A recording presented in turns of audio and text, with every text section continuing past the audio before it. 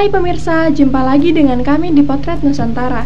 Terima kasih untuk para pemirsa yang masih setia menonton Potret Nusantara hari ini ya. Pada Potret Nusantara hari ini, kami akan membahas tentang seni di Indonesia yang sangat menarik perhatian, yaitu batik. Yuk kita simak video kami.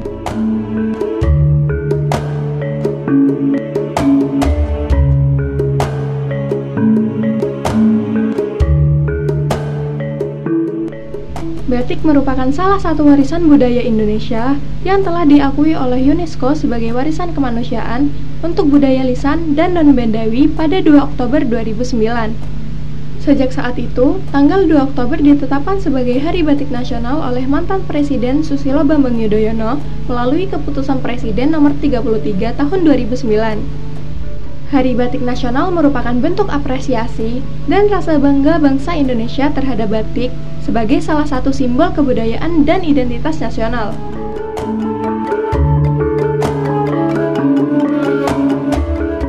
Batik adalah sebuah teknik, simbol, dan kebudayaan terkait teknik mewarnai kain katun dan sutra dengan tangan yang berasal dari Indonesia. Teknik batik meliputi proses pewarnaan kain dengan menggunakan malam atau lilin untuk mencegah pewarna menempel pada bagian kain yang tidak diinginkan. Motif batik bermacam-macam, mulai dari geometris, flora, fauna, hingga figuratif.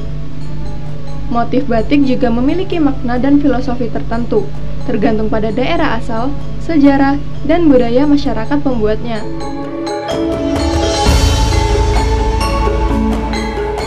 Sejarah batik di Indonesia erat kaitannya dengan perkembangan dari Kerajaan Majapahit pada era penyebaran ajaran Islam di Pulau Jawa. Batik mulai dikembangkan pada masa Kerajaan Mataram, kemudian berlanjut di masa Kerajaan Solo dan Yogyakarta. Batik awalnya hanya digunakan dalam keraton untuk pakaian para raja dan keluarganya, tetapi kemudian mulai diproduksi oleh masyarakat umum dan menjadi populer sebagai pakaian. Batik tradisional menggunakan bahan pewarna alami seperti pohon mengkudu, soga, soda abu, dan tanah lumpur.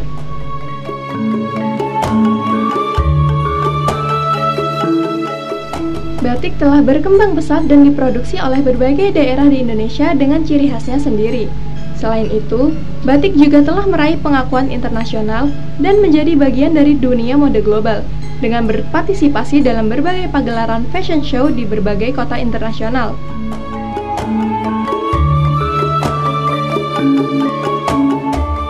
Berikut ini adalah 5 motif batik paling populer dari berbagai daerah. Yang pertama, ada motif batik 7 rupa. Motif ini berasal dari kota Pekalongan, Jawa Tengah. Motif batik 7 rupa sangat kental dengan nuansa alam. Biasanya, batik Pekalongan menampilkan bentuk motif bergambar hewan atau tumbuhan.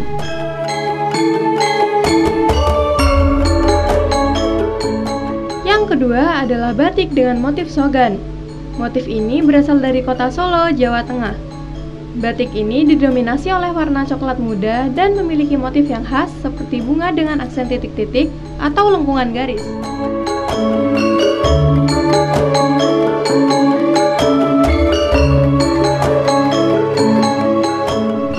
Yang ketiga ada motif batik gentongan. Motif ini berasal dari Pulau Madura. Batik asal Madura ini mengambil motif abstrak sederhana, tanaman, atau kombinasi keduanya.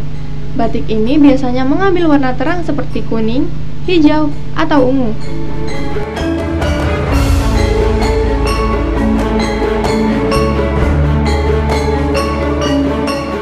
Yang keempat, ada motif batik Megamendung. Motif ini berasal dari kota Cirebon, Jawa Barat. Batik ini memiliki motif mendung di langit mega yang berwarna cerah.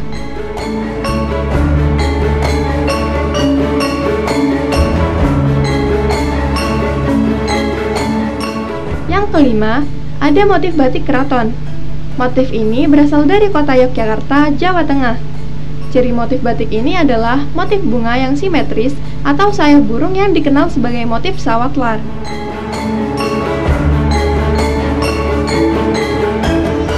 Ada beberapa teknik pembuatan batik. Yang pertama adalah batik tulis. Proses membatik tulis ini menggunakan alat yang bernama canting. Canting ini diisi dengan cairan malam atau lilin, lalu digoreskan di atas kain mori dengan motif yang diinginkan. Setelah melukis kain dengan canting, jemur kain selama beberapa waktu sampai cairan malamnya kering. Tinta malam yang digoreskan canting ini tidak akan hilang meskipun dicuci dengan deterjen. Kedua adalah batik cap. Untuk membuat batik cap dibutuhkan stempel tembaga yang bagian tengahnya terukir motif batik.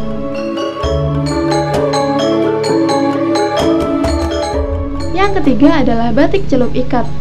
Hal pertama yang harus dilakukan adalah menyediakan sebuah kain. Biasanya teknik ini menggunakan kain berwarna putih. Ikat sebagian kain dan celupkan ke dalam cairan pewarna.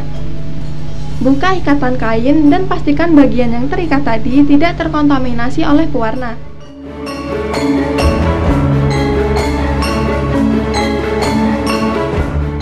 Keempat adalah batik colet. Teknik membatik colet disebut juga dengan teknik lukis. Melalui teknik colet, pembatik dapat mengoleskan pewarna kain dengan kuas, lalu melukis motif di atas kain mori. Teknik ini membutuhkan kreativitas yang tinggi, karena semakin bagus motifnya, maka harga jualnya juga akan semakin tinggi.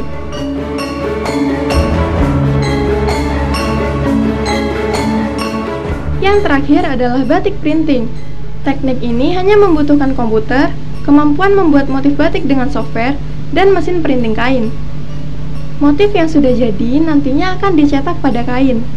Batik dengan teknik printing dijual paling murah dari teknik membatik lainnya, karena pembuatannya juga sangat cepat.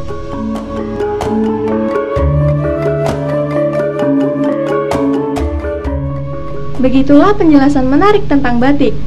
Kita harus bangga dan melestarikan seluruh kekayaan budaya yang ada di Indonesia. Terima kasih telah menyaksikan Potret Nusantara hari ini. Semoga bermanfaat dan dapat menambah wawasan buat para pemirsa ya. Nantikan Potret Nusantara yang menarik lainnya hanya di Dama TV. Kami pamit undur diri, sampai jumpa.